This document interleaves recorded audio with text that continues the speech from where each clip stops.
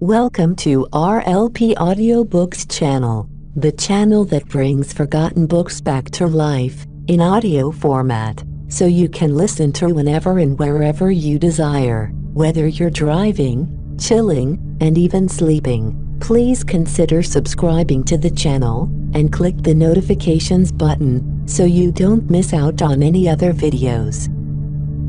Now, relax, listen, ponder, and enjoy. Surah 52. Athur. Context. Period of revelation. From the internal evidence of the subject matter, it appears that this Surah too was revealed in the same stage of the Prophet's life at Mecca, in which the Surah 51, Az-Zariyat, was revealed. While going through it, one can clearly feel that during the period of its revelation, the Prophet was being showered with objections and accusations, but there is no evidence yet to show that severe persecution of the Muslims had started. The subject matter and topics. The subject matter of its first section, verses 1 to 28, is the hereafter, as arguments for its possibility, necessity, and occurrence had already been given in Surah 51. Az-Zariyat, these have not been repeated here. However, swearing an oath by some realities and signs which testified to the hereafter, it has been stated most emphatically that it will surely come to pass, and none has the power to prevent its occurrence.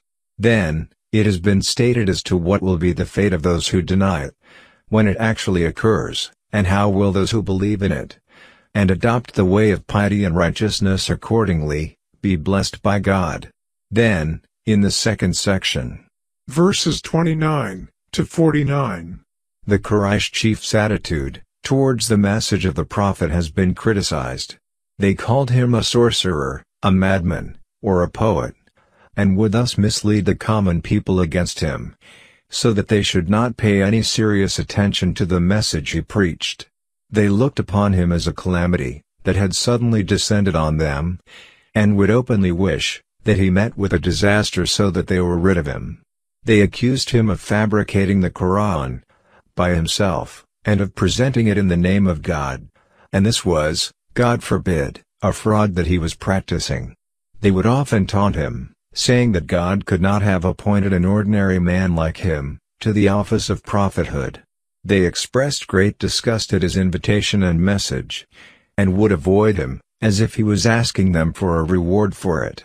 They would sit and take counsels together to devise schemes in order to put an end to his mission.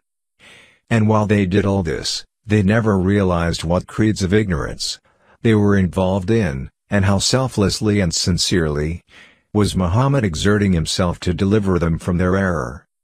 While criticizing them for this attitude and conduct, God has put to them certain questions, one after the other, each of which is either an answer to some objection of theirs, or a criticism of some error.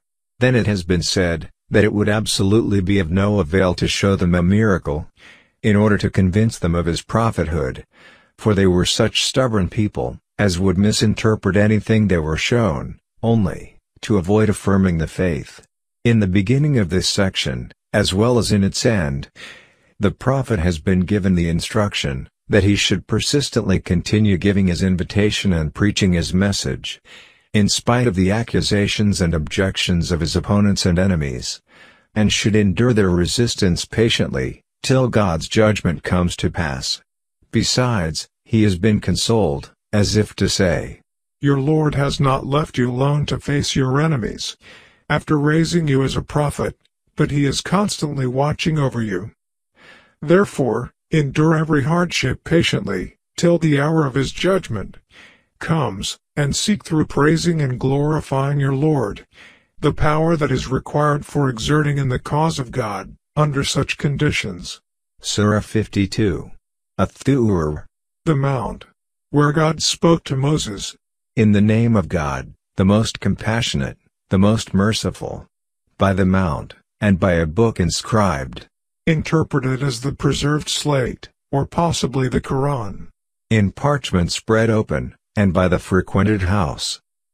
the house of worship for the angels, in the seventh heaven, comparable to the Kaaba on earth.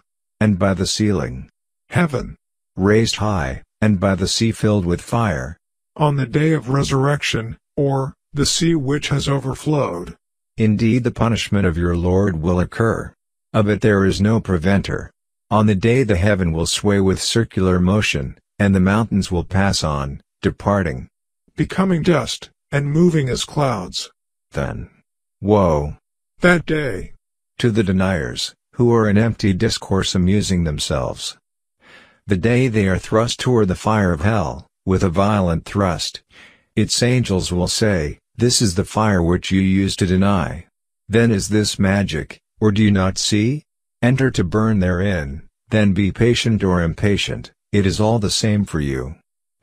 You are only being recompensed for what you used to do." Indeed the righteous will be in gardens and pleasure, enjoying what their Lord has given them, and their Lord protected them from the punishment of hellfire. They will be told, "Eat and drink in satisfaction, for what you used to do." They will be reclining on thrones lined up, and we will marry them to fair women with large beautiful eyes. And those who believed, and whose descendants followed them in faith, we will join with them their descendants, and we will not deprive them of anything of their deeds. meaning, the reward thereof. Every person, for what he earned, is retained. Meaning, subject or held responsible. Literally, a hostage. And we will provide them with fruit and meat, from whatever they desire. They will exchange with one another a cup of wine, wherein results no ill speech, or commission of sin. There will circulate among them servant boys, especially for them, as if they were pearls well protected. And they will approach one another, inquiring of each other. They will say, "Indeed we were previously among our people fearful of displeasing God. So God conferred favor upon us, and protected us from the punishment of the scorching fire. Indeed we used to supplicate him before. Indeed it is he, who is the beneficent, the merciful. So remind, O Muhammad, for you are not, by the favor of your Lord, a soothsayer, or a madman. Or, do they say of you, a poet, for whom we await a misfortune of time?" Meaning, some accident or inevitable death. Say, "Wait, for indeed I am with you, among the waiters." Or do their minds command them to say this? In this expression, is also a subtle allusion to the leaders of the Quraysh, who consider themselves to be great minds. Or are they a transgressing people? Or do they say, "He has made it up"? Rather, they do not believe. Then let them produce a statement like it, if they should be truthful. Or were they created by nothing, or were they the creators of themselves? Or did they create the heavens and the earth? Rather, they are not certain. Or have they the depositories containing the provision of your Lord, or are they the controllers of them?